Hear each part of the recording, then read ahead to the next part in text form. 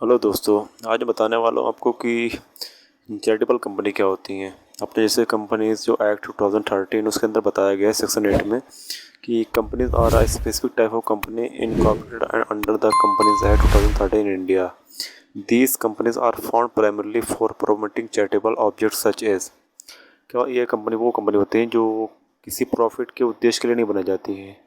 इनका पर्पज़ होता है कि किसी भी एरिया में जैसे कोई गरीबी है, कोई किसी एरिया में बच्चे पढ़ लिख नहीं पा रहे हैं या फिर कहीं स्वास्थ्य की वो सुविधा नहीं मिल रही है उन लोगों को, तो उनको जो है वो प्रोवाइड कराना, मतलब कि एक फ्री कॉस्ट पूरा उनका जो सर्विस होती है प्रोवाइड कराना, ये इन कंपनी का उद्देश्य होता है। ये किसी मतलब फील्ड में हो सकती है, जैसे कि ये इनका फील्ड है, मान लो कॉमर्स जिन्हें डिफाइन किया गया है, मतलब कि कॉमर्स हो, कॉमर्स के क्षेत्र में हो या आर्ट के क्षेत्र में, साइंस के, स्पोर्ट के, एजुकेशन के, रिसर्च के, social welfare, religion, charity, protection of the environment, इन सब के पर्पज़ मतलब सबको स्वच्छ की एक सुविधा प्रदान करने के लिए ये कंपनी का निर्माण होता है।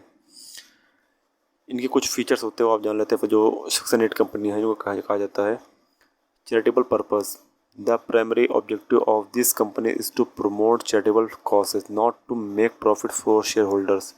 इन कंपनी का जो इनका ऑब्जेक्टिव होता है वो ये होता है कि चैरिटेबल जो कॉजेज है, मतलब जिससे जिन जो चैरिटी करने के लिए जो केस आजकल हैं उनको सिर्फ वो प्रोवाइड कराना होता है, उनसे कोई प्रॉफिट नहीं उनको गेन करना होता है कि उनसे कुछ प्रॉफिट कमाया जाए शेयर होल्डर के लिए।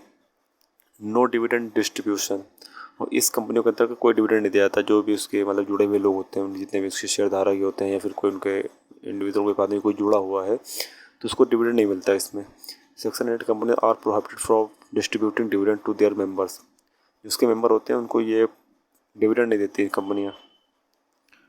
Any profits generator must be reinvested in to the company to further its charitable objective. अगर कोई प्रॉफिट होता भी उस कंपनी को तो वो उसी में इन्वेस्ट कर दिया जाता दोबारा उसका उसी कंपनी में, कि आगे भी ये काम चलता रहे, मतलब आगे भी इससे लोग फ़ायदा, मतलब कि लोग को लाभ मिलता रहे।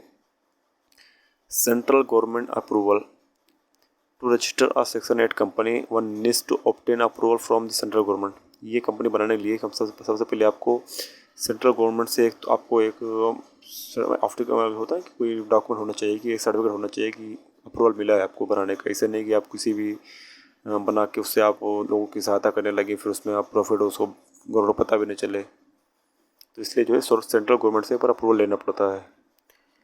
Limited liability, like other companies section 8 company have limited liability, meaning that the personal assets of its member are not at risk in case of the company डेब्ट। क्योंकि इसमें क्या होता है, इनसे कोई जो मेंबर होते हैं वो उससे कोई प्रॉफिट तो कमा नहीं रहे, कोई प्रॉफिट उनको मिल रहा है, वो तो मतलब चैरिटी के तौर पर काम कर रहे हैं, तो उनका जो अगर कंपनी को कोई कर्जा भी है कंपनी के ऊपर, तो उनका कोई जो मेंबर की पर्सनल असेट से कोई भरपाई नहीं की जाएगी। वो कंपनी अपना खुद इंतजाम करेगी। उनकी एक जो मेंबर होते हैं उनकी लिमिटेड लाइबिलिटी, अनलिमिटेड लाइबिलिटी नहीं होती उनके ऊपर। वो लोग जो है लिमिटेड लाइबिलिटी के अंतर्गत आते हैं, जितने भी मेंबर्स होते हैं इस कंपनी के अंतर्गत। No limited or private limited suffix, these companies can be registered without the usual limited or private limited suffix in their name। ये कंपनी जो लिमिटेड या लिमिटेड की मोहताज नहीं होती। इनके कंपनियों का जो एक मतलब कि मेन पर्पज़ ही इनका ये होता है कि सिर्फ चैरिटी करना है, तो ये लिमिटेड प्राइवेट या फिर पब्लिक में कोई इनका डिफाइन नहीं किया गया इनका। Draft memorandum and article of association, इसकी जो कंपनी जब बनाई जाती है उसके लिए भी जो है मेमोरेंडम ऑफ एसोसिएशन और आर्टिकल ऑफ एसोसिएशन जो है ये निर्माण किया, मतलब कि उसको क्रिएट किया जाता है। Prepare this document outline the company objective powers and rules, इसमें भी वही दिखाया जाता है कंपनी का क्या ऑब्जेक्टिव है, क्या उसके रूल रेगुलेशन है, क्या पावर है उसकी।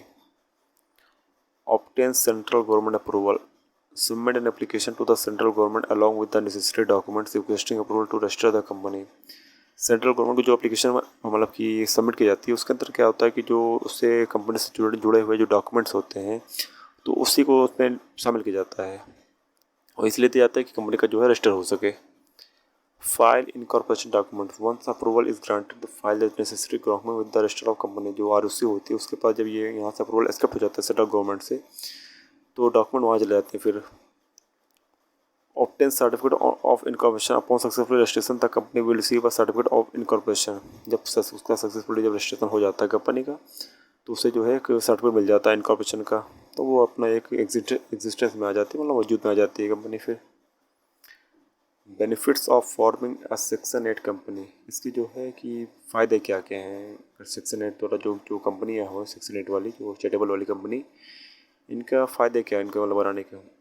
Tax benefits, section 8 companies enjoy certain tax exemption and benefits. इनके ऊपर जो होता है सेक्शन पे जो टैक्स लगते हैं बहुत कम ही, बहुत निम्न मात्रा में लगते हैं जो लगते हैं, और प्रॉफिट भी उनको होता है। Liability, limited liability, the personal assets of member are protected, जो मेंबर होते हैं उनके जो मेंबर्स के जो असेट्स हैं वो प्रोटेक्ट, मतलब कि उस पर कोई आँच नहीं आती, उस पर कोई खतरा नहीं रहता कि उनका भरपाई उससे कराई जाएगी, बेच बाच की कराई जाएगी, तो वो भी एक मतलब कि सुकून में रहते होंगे।